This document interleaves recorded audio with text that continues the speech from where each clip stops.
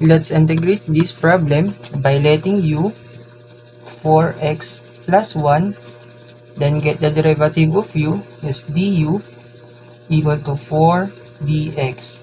Since no coefficient by 4, we get rid this by dividing both sides by 4. Then cancel. Substitute the integral of u raised to 2 du over 4. Ilabas lang natin to by 1/4 the integral of u raised to 2 du. We evaluate this by using power rule. X n plus 1 over n plus 1.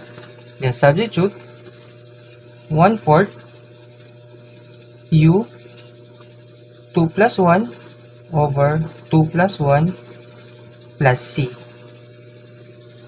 1/4 u 2 plus 1 3 2 plus 1 3 plus c.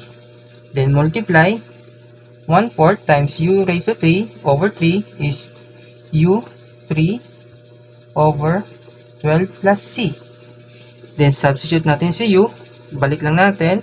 We get 4x plus 1 raised to 3 over 12 plus c. Tada! Basic, diba?